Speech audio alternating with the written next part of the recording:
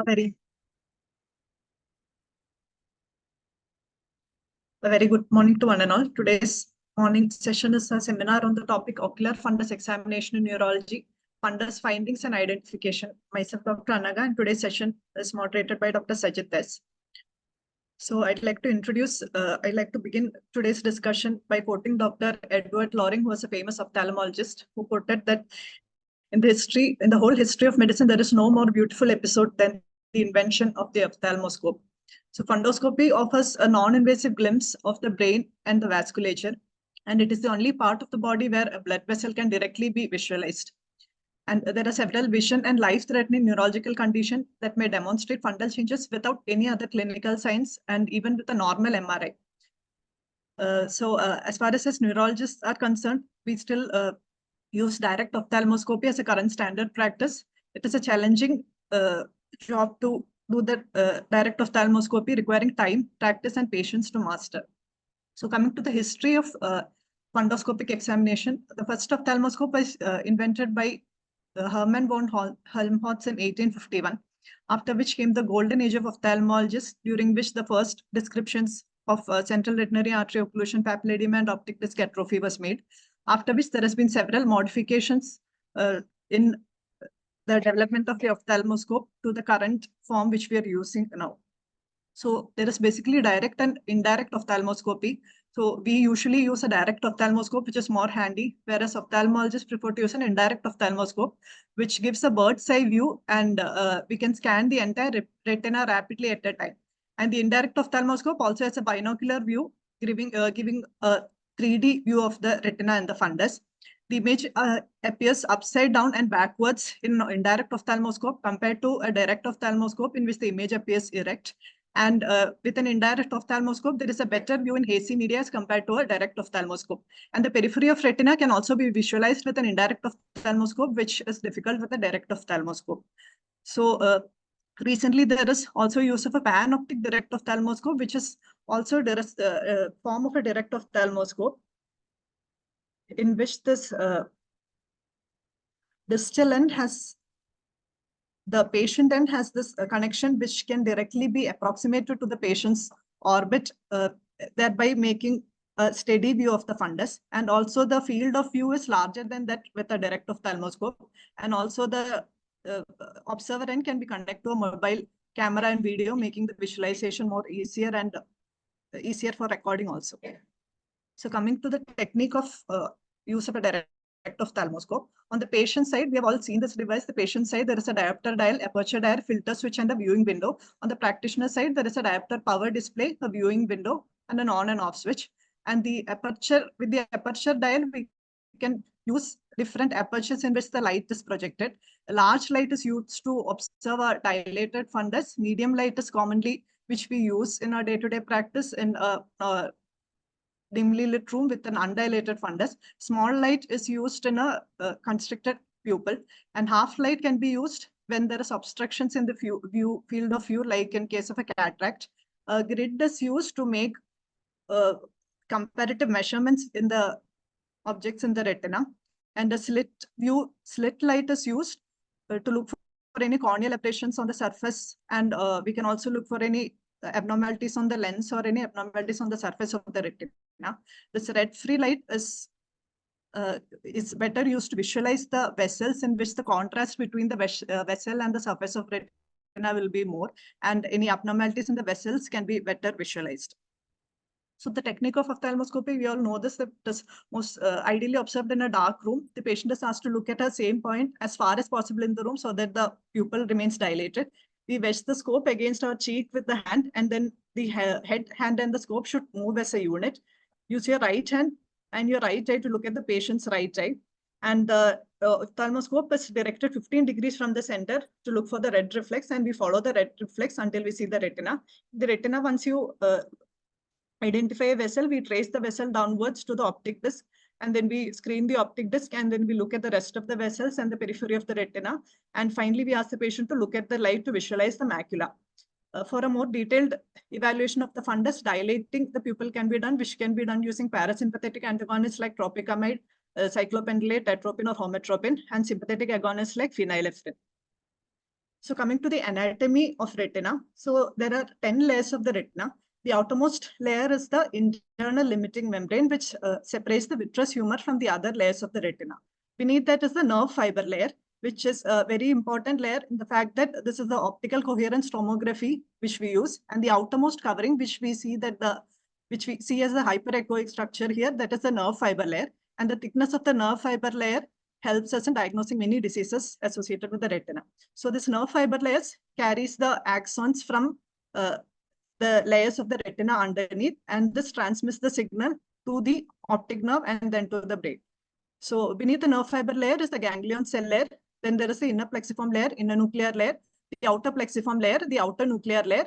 Then there is the external limiting membrane, and then there is the inner and outer segment of the photoreceptor cells. Then there is a retinal pigment epithelium and the basement membrane.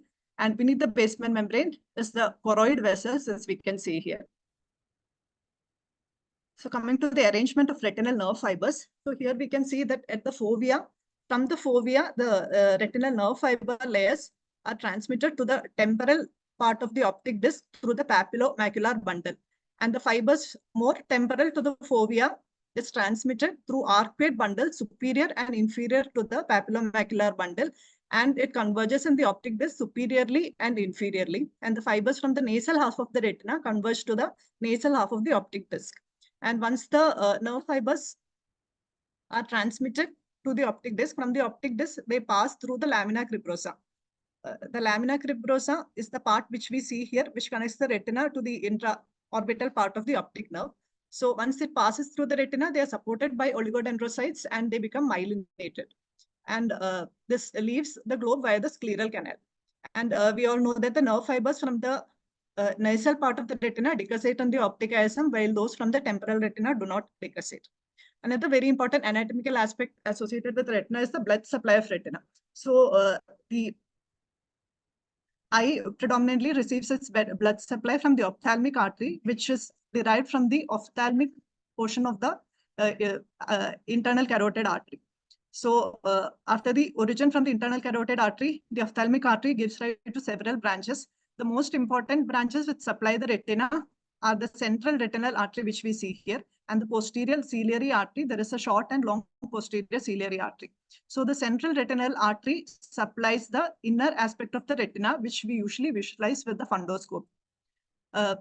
Also, it is important to notice that the posterior ciliary artery gives rise to the choroid plexus, the posterior ciliary arteries gives rise to the choroid vasculature, which supplies the outer aspect of the retina. So the part of the retina which we visualize with the fundoscope is supplied by the central retinary artery, except for fovea, where there is densely concentrated photoreceptor cells. And this part of the fovea is supplied by the vessels from the choroid plexus, and this choroid is derived from the posterior ciliary arteries. So the fovea receives its supply from the posterior ciliary arteries, whereas the rest of the retina derives supplies from the central retinal artery. Now coming to the blood supply of the optic nerve vessels, the optic nerve derives its supply from the pile plexus, which we can see here, that is surrounding the optic nerve. This pile plexus posteriorly, pile plexus is derived from branches from the ophthalmic artery directly, and anteriorly, the pile plexus is derived from branches from the posterior ciliary arteries bilaterally.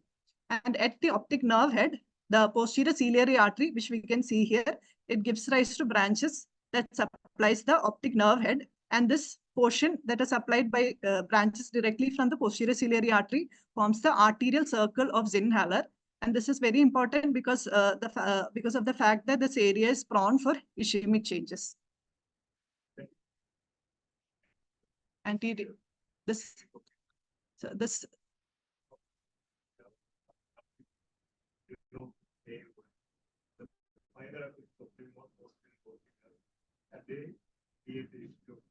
Posterior.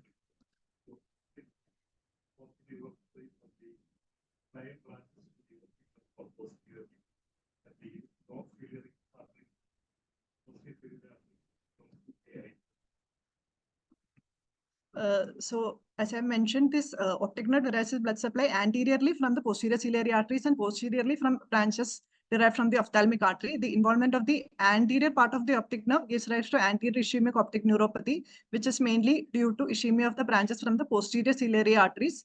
And posterior ischemic optic neuropathy is mainly due to ischemia from branches of the ophthalmic artery. So coming to the venous supply of the retina, it is mainly derived from branches of central retinal vein, which joins the superior ophthalmic vein and along with the inferior ophthalmic vein, both of them drain to the cavernous sinus. And one more thing we should remember is that the ophthalmic artery gives rest of the branches, which supplies the rest of the orbit, including the extraocular muscles and the lacrimal glands also. Now coming to the examination of a normal fundus, the normal fundus appears red to orange in color. Coming to the major portion of the examination of a fundus, that is the appearance of the optic disc. We have to look for the disc color, which appears yellowish to orange in color. We have to get the disc margins. The disc margins are usually appearing clear. And inside the optic disc, we can see the optic cup, which appears pale and is centrally located. And we can see that the vessels emerge from the nasal side of the optic disc. And here we can see that these are the arteries, and this more thicker appearing structures are the veins. So the arteries appear nasal to the veins. Arteries appear narrower and they appear nasal to the veins. And we can also observe that the temporal portion of the optic disc appears more pale compared to the nasal portion. The next thing which we have to look for is the macula. Macula is a more darker structure which is located around 2 disc diameters temporally and slightly inferior from the disc. They contain densely packed cone photoreceptors which are essential for high acuity color central vision. And while examining with a direct ophthalmoscope, we can also observe a foveal light reflex, which is a normal reflection of light from the thin retinal layers at the fovea. And decreased or absent foveal reflex is usually associated with macular edema. Apart from the macula and the optic disc, we also have to look at the blood vessels in detail. We have to look for any dilatation, occlusion, or nicking of blood vessels. And we also have to look at the rest of the retina to look for any hemorrhages, exudates, microaneurysms, or any pigmentation. Now, among the part of looking at the vessels, this is an important finding that we should always look for, that is spontaneous venous pulsation. It is caused by fluctuating intravascular pressure gradient between the intraocular retinal veins and the retrolaminar portion of the central retinal vein. So in this video, we can see here this pulsations of the retinal veins. These are known as the spontaneous venous pulsations. And the absence of spontaneous venous pulsations is one of the earliest signs of raised intracranial pressure. Another thing we should look for is the cup to disc ratio. So as we can see, the diameter of the optic disc we can make out by the difference in the color. And the optic cup we can make out by the area in which the vessels have an indentation or a blunting. So here we can see that the vessels appear blunted here, they appear blunted here, and here also there is a blunting. So if we connect the area in which the vessels appear blunted, then we get the optic disc. So we have to calculate the vertical diameter of the cup divided by the vertical diameter of the disc, which gives us the cup to disc ratio. So there is no exact cutoff value for the cup to disc ratio, but an approximate value of more than 0.6, that is the optic cup is more than half the diameter of the optic disc, that is more suggestive of glaucoma.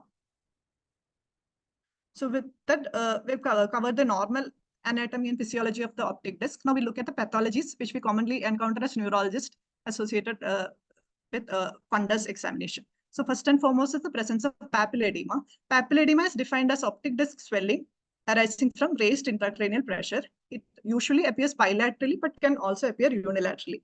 So what is the mechanism of papilledema? So here there is raised intracranial pressure that is transmitted from the subarachnoid space via the optic nerve sheath.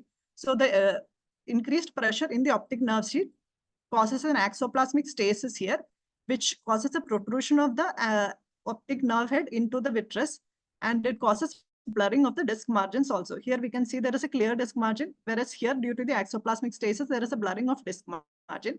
Along with this, the veins also appear more tortuous compared to a normal fundus. And here we have to see that there will be elevated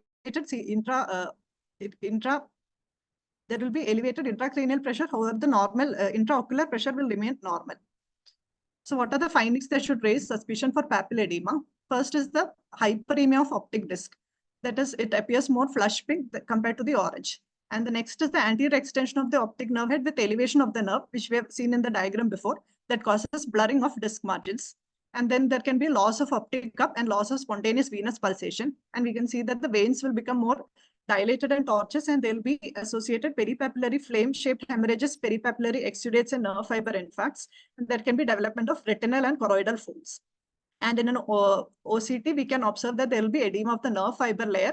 In that, like we have seen, it usually appears hyperechoic. It becomes more grayish in case of papilledema. So in this diagram, we can see here that the color of the optic disc, it appears more flush pink compared to the normal orange in color. And there is an obvious blurring of the disc margins that we can see. And here we can see that the blood vessels appear attenuated. And also surrounding the optic disc, we can see some small hemorrhages, which is marked with an arrow here. And we can also see that retinal folds have started to develop due to this raised intracranial pressure. So what is an approach to papilledema? First and foremost is obviously the clinical findings, that is the history and eye examination. If there is, so in the history, we have to ask for any features of raised ICP. In the eye examination, if there is any doubt of a pseudo-papilledema, a more detailed ophthalmological evaluation with other electrophysiological tests will be needed, about which we'll be coming to in the further slides. We have to do a complete neurological examination to look for any other focal deficits or any signs of meninges or any meningeal signs. We have to look at blood pressure and rule out any malignant hypertension. We have to look for the routine counts, urea and electrolytes. Then we have to go ahead with neuroimaging with an MRI brain with and without contrast, including MR venography to rule out a CVT. So once a space occupying lesion or a CVT is ruled out, then we have to do a lumbar puncture to record the opening pressure and also do a CSF analysis. If the opening pressure is more than 25 and the CSF analysis is normal, then we can arrive at a diagnosis of idiopathic intracranial hypertension. So what is the grading for papilledema? The Fison grading is used for scaling of papilledema. In grade 1, there is a C-shaped halo around the optic disc with sparing of the temporal margin. In grade 2, there is a circumferential halo and the nasal border appears elevated. In grade 1 and grade 2, there is no major vessel obscuration. In grade 3, there is obscuration of at least one vessel that is leaving the disc. So here we have to notice that this is grade 3, there is obscuration of vessel leaving the disc and not on the disc. When it comes to grade 4, there is obscuration of a major vessel that is on the disc. And grade 5, there is complete obscuration of all the vessels on the disc and leaving the disc. So grade 1, there is a C-shaped halo around the disc with sparing of temporal margin. Grade 2, there is a circumferential halo. Grade 3, there is obscuration of a vessel leaving the disc. Grade 4, there is obscuration of vessel on the disc. And grade 5, there is complete obscuration of all the vessels on and leaving the disc. So what are the causes of papilledema? This include all the causes of raised intracranial pressure, including an intracranial mass, obstructive hydrocephalus, meningeal process, including infectious, inflammatory, or carcinomatous meningitis, subarachnoid hemorrhage, traumatic brain injury, toxic brain edema, and venous sinus obstruction. Once all of this is ruled out, we can reach at a diagnosis of idiopathic intracranial hypertension. So before we conclude with the diagnosis of papilledema, we have to rule out that it is not due to other causes, that is mainly by pseudo-papilledema. These are conditions in which it appears that the optic disc margins are blurred, but there is no raised ICP. So the most important cause of pseudo-papilledema, the most commonly observed cause is the optic disc drusen. So here we can see yellowish structures on the optic disc with blurring of disc margin. So these are optic disc drusen. These are refractive calcified nodules located within the optic disc. These are mostly asymptomatic, or sometimes they can have field effects. So how to differentiate between optic nerve head drusen and a true papilledema?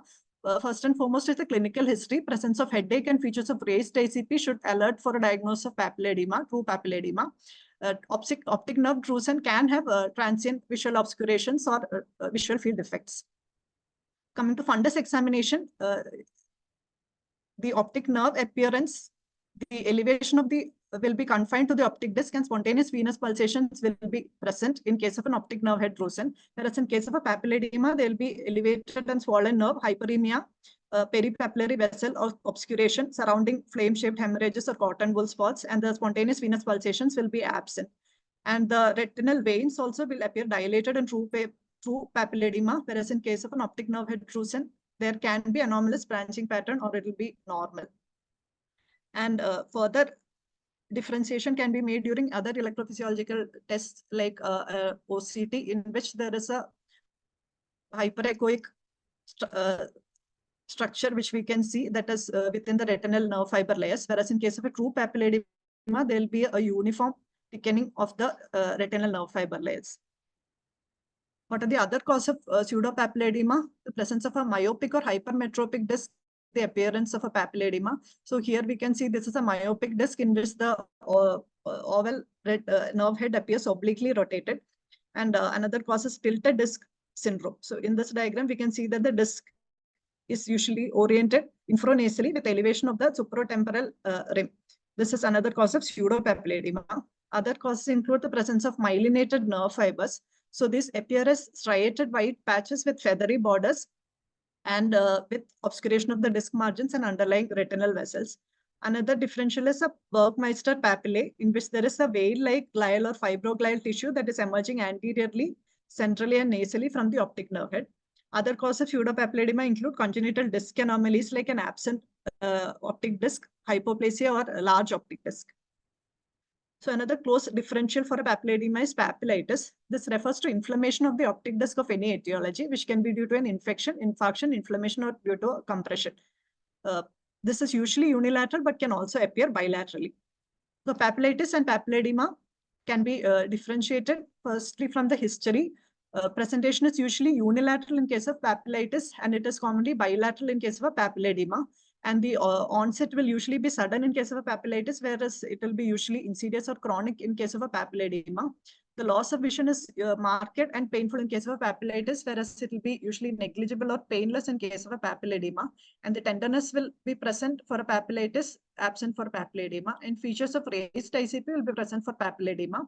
In case of papillitis also, in some instances, headache may also be present.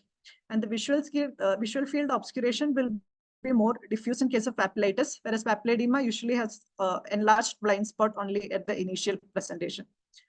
Color vision is reduced with papillitis, and it will be normal with papilledema, and the presence of RAPD would suggest papillitis. Coming to fundus examination, there will be engorged vessels in both, but the veins will appear more tortuous in case of papilledema, and the presence of hemorrhages on the optic nerve head is suggestive of papillitis.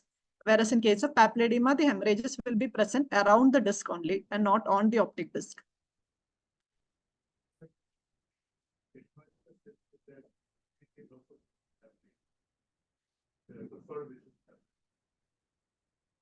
So a more simplified version of this will be that an edematous disc with severely impaired vision will be seen with papillitis, and a edematous disc with preserved vision, relatively preserved vision, will be seen with papilledema. So course of papilledema, if we treat it appropriately, there will be resolution of papilledema. If it is without timely management, the papilledema will usually go for a secondary optic atrophy.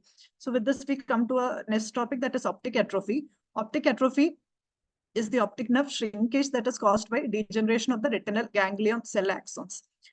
This is end stage of the disease process affecting the retinogeniculate portion of the visual pathway, and it is characterized by the presence of optic disc pallor. And this is caused by the degeneration of pile capillaries. So as we had seen before, the rest of the retina is surrounded by the choroid vessels, due to which it appears orangish, yellowish orange in color. But at the optic nerve head, there is only the transparent nerve fibers that is joining and forming the optic nerve, along with the presence of capillaries in the optic nerve that gives a more pale appearance of the optic disc head normally. So in case of an optic atrophy, there is degeneration of these pile capillaries, and there is gliosis of this optic nerve tissue also that causes reflection of light and gives to a more pale appearance in case of an optic atrophy. So presence of an optic atrophy indicates that the insult has occurred at least 4 to 6 weeks prior. So there are 3 types of optic atrophy: primary, secondary, and consecutive. Primary is the presence of an optic atrophy due to the disease process as such. Secondary, it is caused by long-standing swelling of the optic disc, and consecutive optic atrophy is commonly associated with retinitis pigmentosa. So in case of a primary optic atrophy, the disc will appear white in color, or it can have diffuse or sectoral pallor. In case of a secondary optic atrophy, it will usually appear gray in color.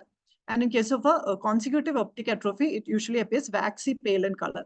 The disc margins are blurred in case of a secondary optic atrophy because it is due to long-standing papilledema. And in case of primary and consecutive optic atrophy, the disc margins are preserved. And the causes of primary optic atrophy commonly include compression of optic nerve or chiasm, hereditary optic neuropathy, or nutritional optic atrophy. Secondary optic atrophy is caused by chronic papilledema, papillitis, or ischemic optic neuropathies. And consecutive optic atrophy usually is associated with retinitis pigmentosa. So here we can see that in case of a primary optic atrophy, the disc margins are appearing clear. There is a diffuse disc pallor with the optic disc appearing white in color. In case of a secondary optic atrophy, the disc margins appear blurred, and there is a grayish color discoloration of the optic disc. And in case of a consecutive optic atrophy, there is waxy pallor. The disc margins are appearing clear, and the vessels appear attenuated. And in the rest of the retina, we can see this finding with the retinitis pigmentosa. And there are certain causes of pseudo-optic atrophy, which we need to be aware of. Non-pathological causes, if disc is examined with very bright light, there is a large physiological cup in axial myopia or post-cataract extraction. There can be an appearance of optic atrophy. Other non-optic atrophy causes of a pale disc include the presence of myelinated retinal nerve fibers, which we had seen before. Optic disc coloboma and optic disc hypoplasia can also give an appearance of an optic atrophy. Now coming to optic disc cupping, this is enlargement of cup to disc ratio, which we had seen before. It is widely described with glaucoma, in which the cup appears more excavated, the vessels are shifted more nasally, which we can see here. The disc margins loses capillaries and turns pale. Even though it is described with glaucoma, it can also occur physiologically. And there are also non-glaucomatous causes of optic disc cupping, including compressive ischemic, hereditary optic neuropathies, and other congenital anomalies. In this non-glaucomatous optic disc cupping, there is greater neuroretinal rim pallor and less profound excavation than that is seen in glaucoma. With that, we come to specific pathologies, which we see in fundus examination. The first is the central retinal artery occlusion. This is an ophthalmological emergency that is used to obstruction of flow through the central retinal artery. And there is painless, sudden, and rapid visual loss. And there is impaired color vision that is at a level proportional to the visual acuity defect. And there is also presence of RAPD. And the rest of the extraocular movements, intraocular pressure, and the anterior chamber examination will be normal. So classically, there will be the retina will be appearing pale, and there will be attenuation of arteries that are seen. And there is a classic finding of cherry red spot. So as I had mentioned earlier, this retina gets a supply from the central retinal artery, whereas this fovea receives supply from the choroid vasculature that derives its supply from the posterior ciliary artery. So when the central retinal artery is occluded, the posterior ciliary artery supply is preserved, and there is preserved blood supply to the fovea, giving the appearance of a cherry red spot. So as I had mentioned, there will be attenuated blood vessels, pale retina, cherry red spot, and we can also, in some cases, observe segmentation of the arterioles or the box scarring of the arterioles, which we can see here. And at later stages, the optic disc go for an optic atrophy. So in some cases, there can be branches of retinal artery that gets occluded, in which we can see here that the retinal pallor will be observed, but only involving a segment of the branch of the retinal artery that gets occluded. In some cases, we'll be able to appreciate the plaque also within the retinal artery. This is a Hollenhurst plaque that is a cholesterol emboli that is causing occlusion of a branch of a retinal artery. And they usually will have a lesser severity of the vision loss, and the prognosis is also better compared to a central retinal artery occlusion. Coming to a more severe presentation, that is with ophthalmic artery occlusion. So here there is severe ischemia of the globe and associated ocular tissues also. And here both the central retinal artery and the posterior ciliary arteries are occluded. So there the cherry red spot will also not be present. And the optic disc edema is present because optic nerve circulation is also affected here. And along with that, since the rest of the blood vessels supplying the orbit, including the extraocular muscles, are also affected, there will be ophthalmoplegia, and ptosis can also be present. Coming to the next, that is the next case, that is the central retinal vein occlusion. They also present with a unilateral acute painless vision loss, and there will be severe vision loss with associated RAPD, and unilateral optic disc swelling will be present. And the classical appearance is a blood and thunder fundus appearance. So there will be peripapillary retinal hemorrhages, dilated and tortuous veins, and the intraretinal dot, blot, and flame hemorrhages in all quadrants. So giving the appearance of a blood and thunder fundus. And there can also be branch retinal vein occlusion, in which we can see this hemorrhages restricted to a part of the retina that is drained by a occluded vein. Now, next coming to ischemic optic neuropathy. So what we have seen till now is the occlusion of blood vessels that is supplying the retina. Ischemic optic neuropathies are due to blood vessels that are supplying the optic nerve. So as we had discussed before, the anterior-ischemic optic neuropathy is due to the ischemia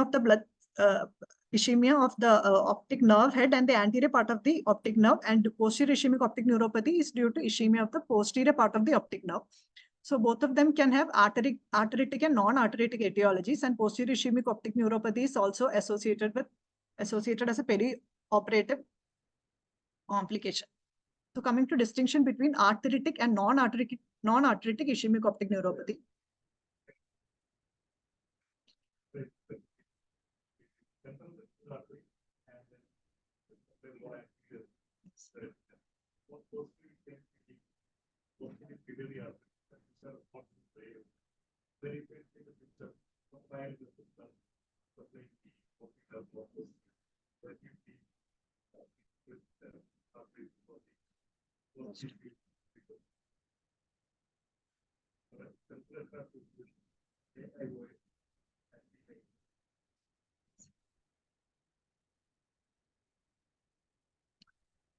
So the etiology of an ischemic optic neuropathy is mainly arteritic and non-arteritic etiology.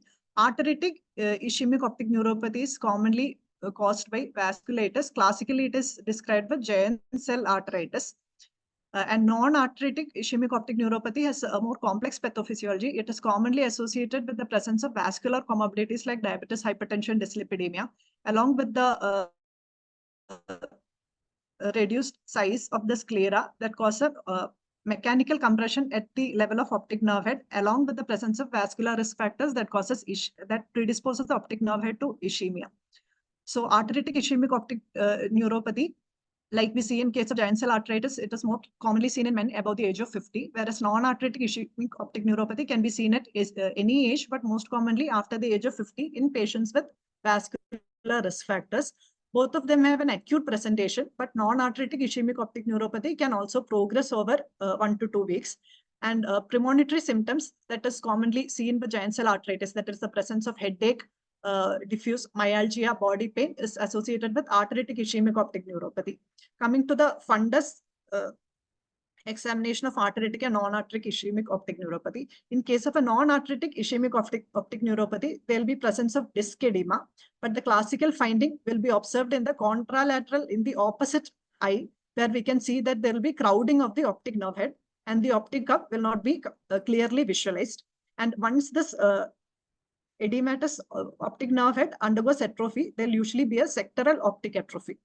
Compared to that, in arteritic AAON, the classical finding is pallid disc edema. That is, there will be disc edema associated with pallor. And it usually goes for optic atrophy that is developed after 4 to 6 weeks.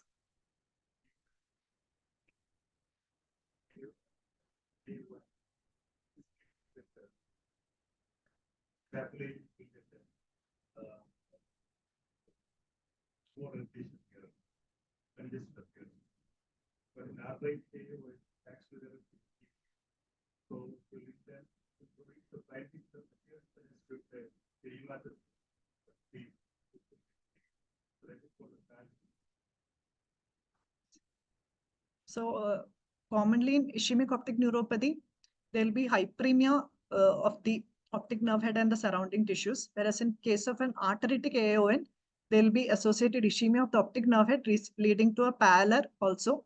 So the classical finding of a pallid disc edema will be seen. So coming to posterior ischemic optic neuropathy, the presentation is similar to anterior ischemic optic neuropathy with an isolated painless sudden loss of vision with RAPD. But the optic disc will appear normal because the pathology is most posterior, or pathology is more posteriorly. And it is commonly a diagnosis of exclusion after ruling out all the other possible causes of blurring of vision. And usually it develops optic disc atrophy in 4 to 6 weeks. Now coming to the other causes of blurring of vision, that is mainly by the inflammatory demyelinating optic neuritis. So we all know that classically there is typical and atypical optic neuritis. Typical optic neuritis caused by multiple sclerosis and atypical by aquaporin 4 IgG and MOG IgG antibodies. So the clinical presentation we have seen in previous sessions, the classical fundus finding, the optic disc edema is classically described with MOG as MOG antibody-associated optic neuritis, in which the optic disc edema will be present, and it will sometimes be severe with the associated presence of hemorrhages on the optic disc also, with a papillitis presentation that is more commonly seen with MOG antibody IgG-associated disease. With NMO and MS, NMO, icophorin for antibody-mediated optic neuritis, and with multiple sclerosis, there is commonly retrobulbar optic neuritis of the optic. So the fundus examination may be normal also. So this is a follow-up case in a MOG antibody-associated disease, when we can see that there is blurring of disc margin with mild hyperemia of the optic disc also. And in follow-up, the patient has developed an optic disc pallor.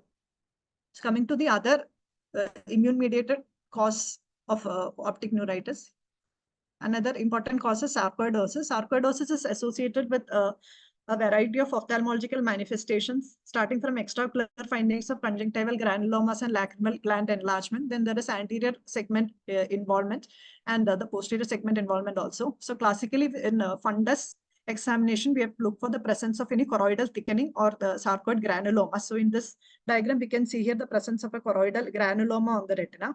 And another important finding is the presence of retinal phlebitis with perivascular cuffing, otherwise known as candle wax phlebitis. So here we can see yellowish to whitish discoloration that is surrounding the retinal vessels. So this is known as candle wax phlebitis. This is other diagrams depicting the findings associated with sarcoidosis. Here we can see a string of pearl opacities and multiple chorioretinal lesions. Here also we can see fresh and multiple chorioretinal lesions here.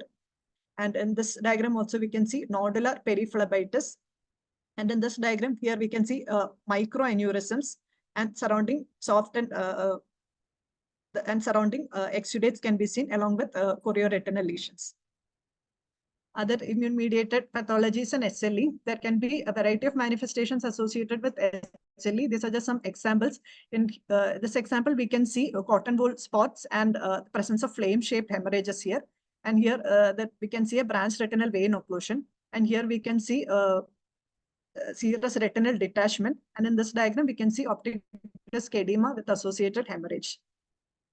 Another immune-mediated cause of retinal involvement is paraneoplastic retinal degeneration. So there are several syndromes associated with described with as paraneoplastic retinal degeneration.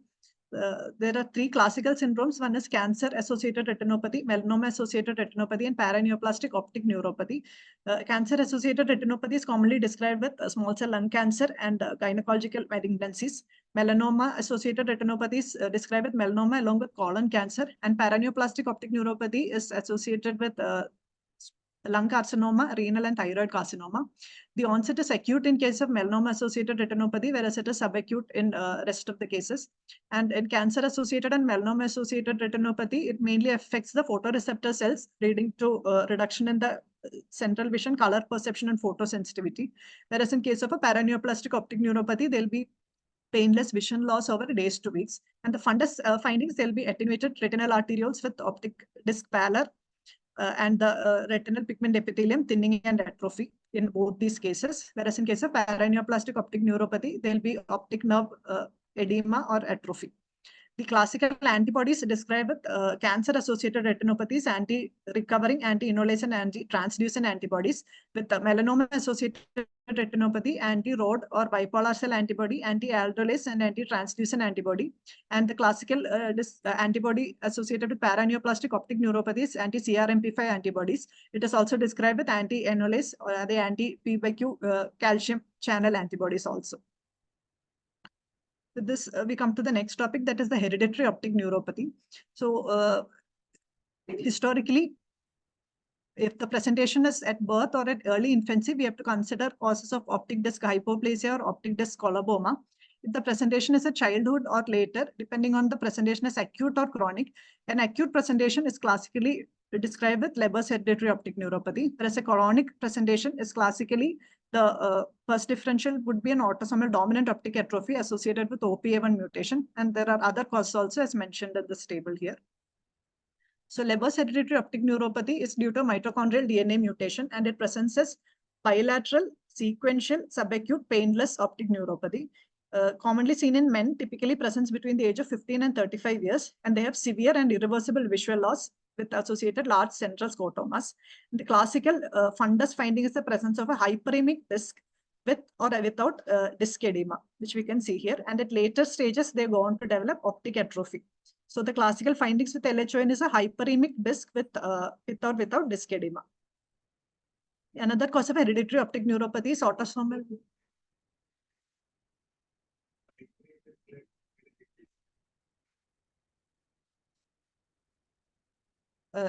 There will also be telangiectatic vessels present acutely, that which is causing the hyperemia of the optic disc. And the treatment can be tried with ertapenem, and other gene therapy trials are ongoing for Leber's hereditary optic neuropathy. Another cause of hereditary optic neuropathy is autosomal dominant optic neuropathy. This is most commonly described with OPA1 gene mutation. It is characterized by symmetrical insidious onset loss of vision in the first decade of life, associated with centrosical scotomas. So the patients typically lose one line of visual acuity on the Snellen visual chart per decade. And the fundus will show wedges of temporal disc atrophy with cupping of the nerve similar to that seen in glaucoma. Now, other causes of optic neuropathy include toxic optic neuropathy. The toxins classically described include methanol, ethambutol, amiodarone, and alcohol. Methanol poisoning will usually be associated with other symptoms also, including altered consciousness, GI symptoms, and high anion gap metabolic acidosis. And ethambutol classically presents as a subacute progressive vision loss with associated dyschromatopsia. And the optic fundus finding can have a normal optic disc, which progressively develops optic disc pallor. And amiodarone toxicity presents acutely with optic disc edema. Alcohol toxicity presents with a progressive subacute to chronic progressive vision loss with a normal optic disc or temporal pallor.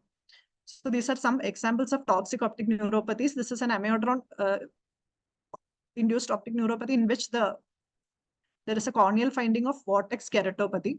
And these are examples of methanol poisoning in which there is swollen hyperemic optic disc with filling in of the optic cup seen in methanol poisoning. And there is another example where there is a serous retinal detachment associated with methanol poisoning.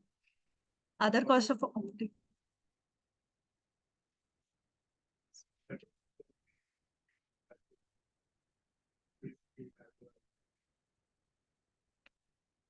Another toxin-induced optic neuropathy seen it with hydroxychloroquine, which causes a maculopathy. Other causes of optic neuropathy include nutritional optic neuropathy. This can be seen with vitamin B12, folate, thiamine, and copper deficiency. So they usually present with normal optic disc or temporal pallor of the optic disc. And we should look for other features associated with each of these deficiency for a better diagnosis.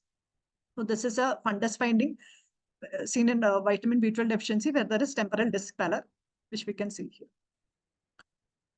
Other causes of optic neuropathy include compressive and infiltrative cause of optic neuropathy. The compressive lesion classically is described with an optic nerve sheath meningioma, which can occur intraorbital or intracranially.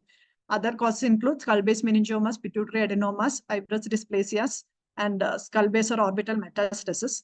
Infiltrative lesion classically described with optic nerve glioma, which classically presents in childhood. Other differentials includes malignant glioma, metastasis, and neoplastic blood diseases also. Now coming to the infections that causes fundus changes. One important cause is tuberculosis. Here we can see certain examples of fundus changes associated with tuberculosis. In this diagram, we can see serpiginous choroiditis associated with tuberculosis. And here we can see multiple choroidal lesions. This is seen in miliary form of tuberculosis. And sometimes we can also visualize a single choroid tubercle. And sometimes we can visualize large choroidal granuloma seen at the macular area. Other ocular findings in TB also has to be looked for, including presence of mutton fat keratic precipitates in the cornea, and the iris findings, including a Busacco nodule, which is classically seen on the surface of the iris, and a Copy nodule, which is seen on the periphery of the iris. Another infection with ocular findings is Lyme's disease. They can have a variety of findings depending on the stage of the disease. Stage 1 is associated with conjunctivitis and episcleritis, whereas stage 2 is associated with uveitis classically. And they can also have neuroretinitis, papillitis, and retinal detachment also. We can also present with optic neuritis and papilledema and associated papillitis also. And then more severe stages, there can be keratitis and episcleritis also. Syphilis is also associated with a variety of ophthalmological findings, and the classical fundus finding is the presence of necrotizing or non-necrotizing retinitis at the macula. So here we can see severe optic disc edema with presence of peripapillary cotton wool spots and nerve fiber layer hemorrhages, along with the serous retinal detachment, which we can see here. Another infection that presents with fundus changes is Bartonella neuroretinitis. So the classical finding associated with Bartonella neuroretinitis is the presence of a macular star. So there is exudates present in the macula, which gives an appearance of a star called as macular star. Another example here is the optic nerve head mass that is classically described with Bartonella neuroretinitis. It can also have other manifestations, including chorioretinitis, retinal vasculitis, branch retinal artery or retinal vein occlusion, and retinal detachment also. Other infection, the classical findings associated with some infections, one is CMV retinitis, in which there is a frosted branch angiitis pattern, which is seen as white retinal infiltrates surrounding the blood vessels. And another finding is toxoplasma chorioretinitis, where there is an appearance of a headlight and fog due to vitreous exudates and chorioretinitis. Once the vitreous exudates resolve, we'll be able to visualize the chorioretinitis. Another infection associated with fundus changes is the malarial retinopathy. This is classically described with retinal whitening here, which we can see here, retinal whitening and the vessel whitening also. And these findings are very specific for the malaria, that the presence of this retinal whitening and vessel whitening can be taken as a diagnostic sign in the diagnosis of severe malaria also. Now coming to other systemic diseases with fundus changes, mostly.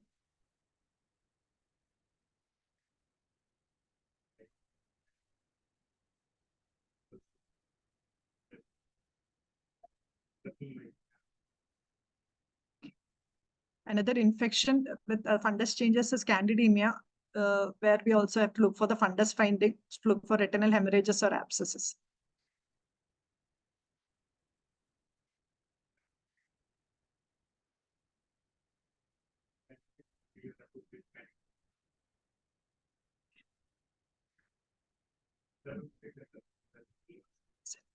In case of eosinophilic meningitis, also we have to do a thorough fundoscopic examination to rule out, to look for any intraocular parasites which can be visualized by fundoscopy. Coming to the fundus examination of the common systemic diseases, first we'll deal with the diabetic retinopathy.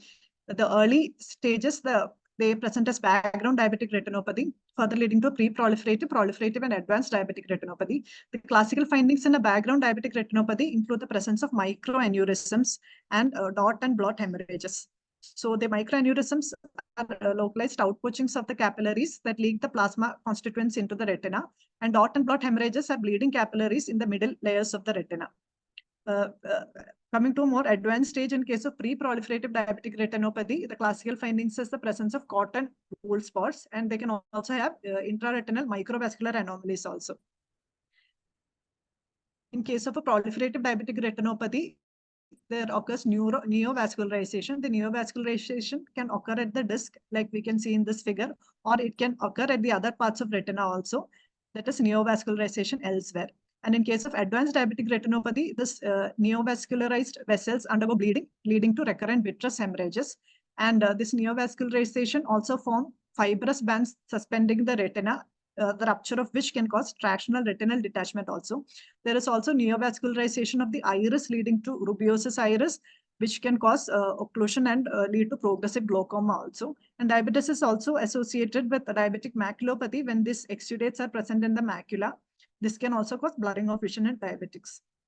Coming to the findings of hypertensive retinopathy, in grade 1 hypertensive retinopathy, there will be generalized arteriolar narrowing. In grade 2 hypertensive retinopathy, there will be compression of venules at the site of AV crossing, like we can see in this picture. This is known as AV nipping. And in grade 3 disease, there will be development of retinal hemorrhages, hard and soft exudates and cotton wool spots, like we have seen in the diagram before. And in grade 4 disease, along with the presence of grade 3 disease, there will be disc edema. This is usually associated with malignant hypertension. Another important syndrome which we have to know is the pigmentary retinopathy. This is characterized by progressive degeneration of photoreceptor cells in the retina, leading to vision loss. They usually begin with night blindness, often resulting in tunnel vision. And the classical triad associated with retinitis pigmentosa is the presence of bony spicules, the vessel narrowing, and the presence of abnormal waxy pallor of optic disc. So this is the classical triad associated with retinitis pigmentosa. And retinitis pigmentosa is described in a variety of neurological diseases, including neurological syndromes like Bardet-Biedl, Cockayne syndrome, spinocerebellar ataxia, Usher syndrome, and in mitochondrial diseases, and with several metabolic conditions, including lipid storage disorder, lysosomal storage disorder, peroxisomal disorders, Refsum's disease, NCL, mucopolysaccharidosis also. And coming to the fundus finding in phacomatoses. So classically with neurofibromatosis, the ocular findings include the presence of Lisch node, which we can see here.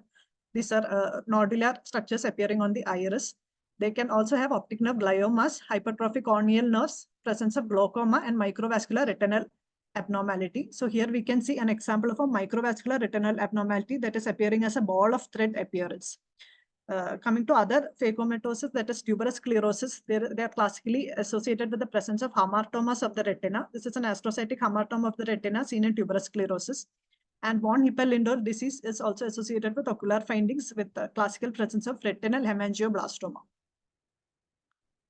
So this is a table that is summarizing the findings of the various types of optic neuropathy. So presentation with depending on the age, papilledema can be present at any age. Optic neuritis classically presents at patients less than 40 years, whereas ischemic optic neuropathy classically presents above 50 years.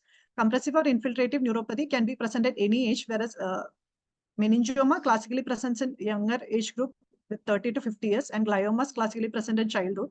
Toxic or nutritional neuropathy can present at any age, and hereditary neuropathy classically presents in younger age group less than 40 years. Papilledema is usually bilateral, whereas optic neuritis is unilateral. Ischemic optic neuropathy is also classically unilateral. Toxic and hereditary neuropathies commonly are bilateral in presentation. The presence of pain, that is features of raised ICP, is associated with papilledema, whereas orbital pain is frequently associated with optic neuritis, whereas in rest of the conditions, orbital pain is usually absent. In the present, the severity of vision loss will not be that severe in case of papilledema. There will be rapidly progressive severe vision loss associated with optic neuritis. Ischemic optic neuropathy also presents with acute onset severe vision loss. And compressive, toxic, and hereditary etiology is usually present with a subacute progressive vision loss, except in case of Leber hereditary optic neuropathy, where there can be a subacute presentation. And the color vision is abnormal in case of optic neuritis, and the rest of the causes including compressive or infiltrative and toxic and hereditary neuropathies, and it is preserved until very late in case of a papilledema. And the visual field constriction, there will be a peripheral constriction in case of a papilledema. There will be usually a central and diffuse field restriction in optic neuritis, and there is a classical finding of altitudinal field defect that is associated with ischemic optic neuropathies. And the rest of the cause of optic neuropathy, including compressive, toxic, and hereditary, can have variable presentations with the centrocecal scotoma classically described with toxic and hereditary neuropathies. Coming to presentation of the optic disc edema will be seen in papilledema. Optic neuritis, as mentioned before, MOG-associated optic neuritis can have a papillitis presentation, and in case of MS and NMO, they usually present as retrobulbar optic neuritis, so fundus can even be normal. Case of a ischemic optic neuropathy, as mentioned before, if it is an arteritic, it is associated with pallid disc edema. Non-arteritis is associated with a segmental optic atrophy, disc edema, and small cup to disc ratio. And the fundus findings in compressive infiltrative neuropathy is variable. They eventually go on to develop optic atrophy. Toxic or nutritional etiology can have a normal finding or a temporal pallor or optic atrophy also. Hereditary neuropathy is also associated with optic atrophy, and in case of LHON, there will be a pseudo-edema with hyperemia and telangiectasias also. Optic disc will appear pale swelling in papilledema with a temporal pallor in optic neuritis. Segmental pallor classically described with ischemic optic neuritis, and the rest of the compressive, toxic, and hereditary neuropathies can have pallor of the optic disc. And the visual prognosis is usually good in case of papilledema if treated at an early stage. Optic neuritis also, depending on the type of the antibody, classically MS and MS is associated with very good prognosis. MOG associated, optic neuritis also associated with good prognosis if treated early. Arthritic ischemic optic neuropathy has comparatively poor prognosis compared to the rest of the causes, depending on the time at which treatment has been initiated. The prognosis in case of toxic nutritional and hereditary and compressive etiology remains poor. And systemic findings, we have to look for any cause of raised ICP in case of papilledema, and other findings involving the rest of neuroaxis has to be looked for in case of optic neuritis. And in case of ischemic optic neuropathy, like I've said, in case of arthritic ischemic optic neuropathy, giant cell arthritis has to be ruled out, and presence of vascular comorbidities classically associated with non-arthritic ischemic neuropathy. Compressive or infiltrative neuropathy, we also have to look for other involvement of the rest of the neuroaxis. Toxic or nutritional neuropathy, depending on the type of vitamin deficiency, we have to look for other findings also. And hereditary neuropathy also, we have to look for rest of the neuroaxis involvement. So with this, we can go to a few case witness where we can revise the findings which we have seen till now. So this is a case of a 52-year-old male with history of regular smoking and drinking, presented with sudden painless loss of vision in left eye that occurred 3.5 hours prior to admission. On examination, the patient's visual acuity was 6/6 in the right eye and finger counting in left eye. Intraocular pressure was normal, and there was no abnormalities found in the examination of right eye, and RAPD was noted in the left eye. So this is the fundus finding. So here we can see that the retina appears pale. There is presence of a cherry red spot. So this is classic finding associated with central retinal artery occlusion. In the rest of the evaluation, the OCT of the left eye revealed diffuse macular thickening and the edema, and the transcranial Doppler detected no retrobulbar flow signals. And the angio OCT also revealed a significant reduction in retinal vascular density, and his DSA showed left ICA complete occlusion. So this patient was treated with intra-arterial altiplase, and he had an improvement of vision to 6/9, and he was further continued on single antiplatelets. Another case is that of an 84-year-old male presented with 3-day history of sudden onset loss of vision in right eye. He also complained of headache, weakness, myalgia, and scalp tenderness, and visual acuity. There was no light perception in right eye and 6/6 in left eye with an RAPD in the right eye. And he also had associated elevated inflammatory markers, including raised DSR and CRP. And this is the fundus finding. So here we can see classical finding of pallid disc edema that is classically described with arthritic anterior ischemic optic neuropathy. So his temporal artery biopsy was suggestive of giant cell arteritis, and he was treated with high-dose steroids. And this is another example of a 52-year-old male with history of diabetes and hypertension, presented with acute onset loss of vision in left eye after a brief period of physical effort. And his vision was 6/60 in the left eye. With visual field testing showed inferior altitudinal defect, and there was RAPD in the left eye. So here we can see that the affected eye is the left eye that is showing disc edema, and the contralateral eye, we can see that the optic cup is not clear in this patient. And as the patient underwent, as the days progressed, he developed a sectoral optic atrophy that is also classically described with non-arthritic anterior ischemic optic neuropathy. And in this patient, the rest of the evaluation was normal, and he did not have any significant improvement in vision even after treatment.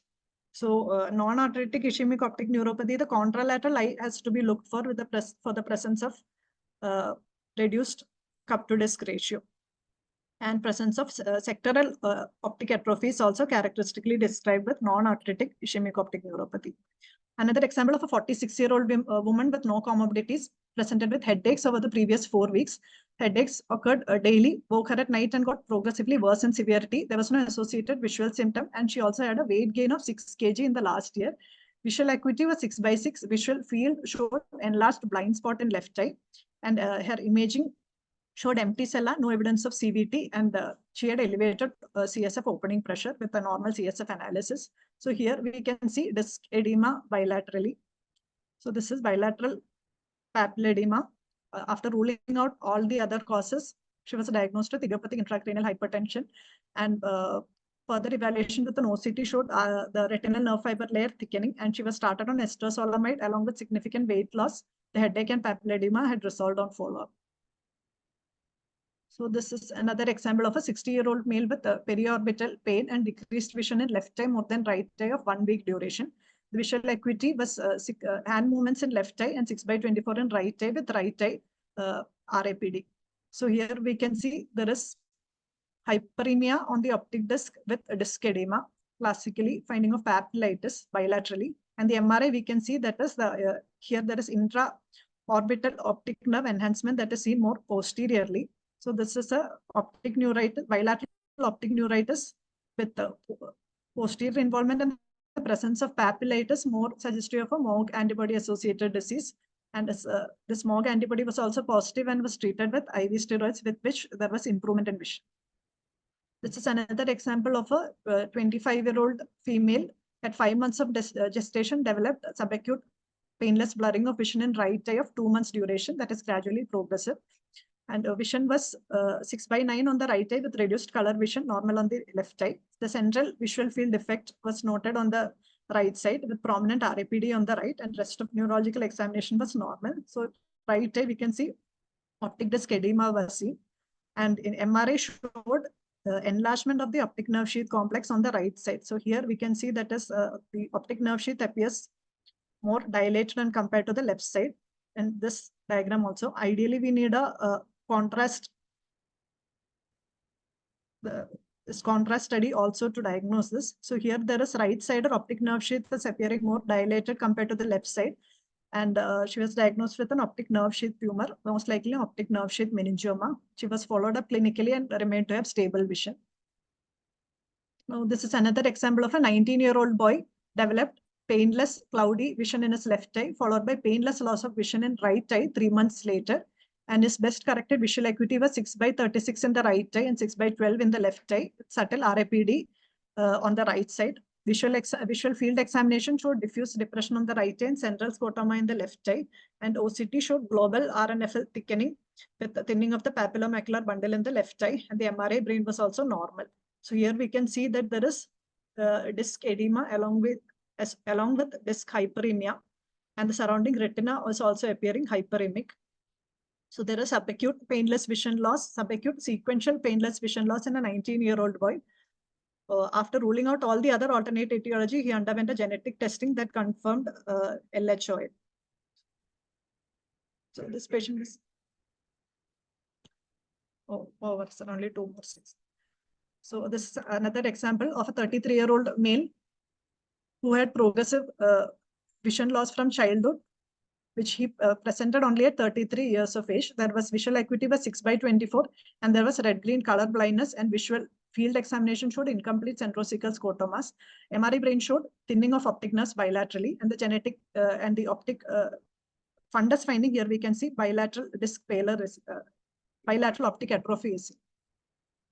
And the genetic study revealed a mutation of the autosomal dominant optic atrophy with the OPA1 gene mutation. This is another example of a 20-year-old male who presented with subacute vision loss in the left eye with mild left periorbital pain without any other neurological or systemic symptoms. Visual acuity was 6/6 in the right eye, 6/12 in the left eye with reduced color vision in the left eye, left RAPD also. And MRI showed mild enhancement of the intraorbital portion of the left optic nerve. And here the catch is that the patient had kittens at home. And this is the first fundus examination where we can see a whitish exudate near to the macula. And the fundus is appearing normal at this stage. And this is the follow-up fundus examination in which there is disc edema present, and there is the classical appearance of a macular star. So he was diagnosed with neuroretinitis associated with Bartonella Hensley, and it was confirmed with serology testing also.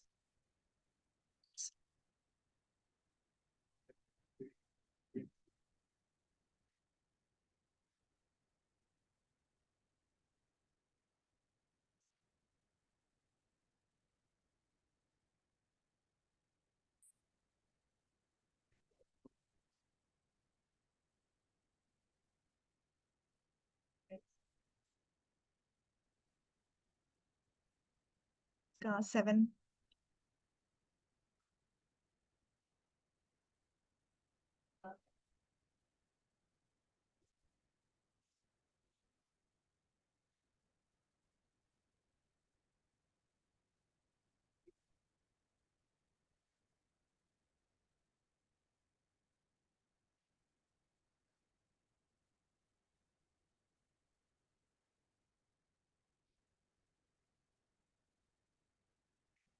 Sometimes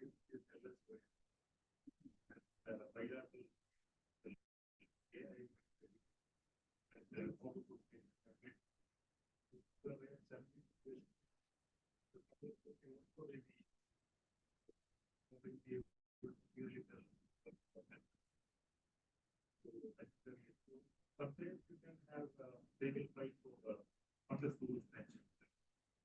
That is also rapid event, rapid differentiation. In fundus natural, sometimes there can be delayed extravasation. That way, but that will be you have to comply many modalities to the like retinal, study OCT, fundus natural, along with fundus. And sometimes, of course, we have higher studies like technology, or and something that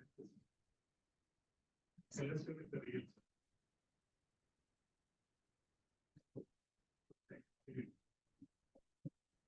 Thank you for your patient listening. We are concluding the session today.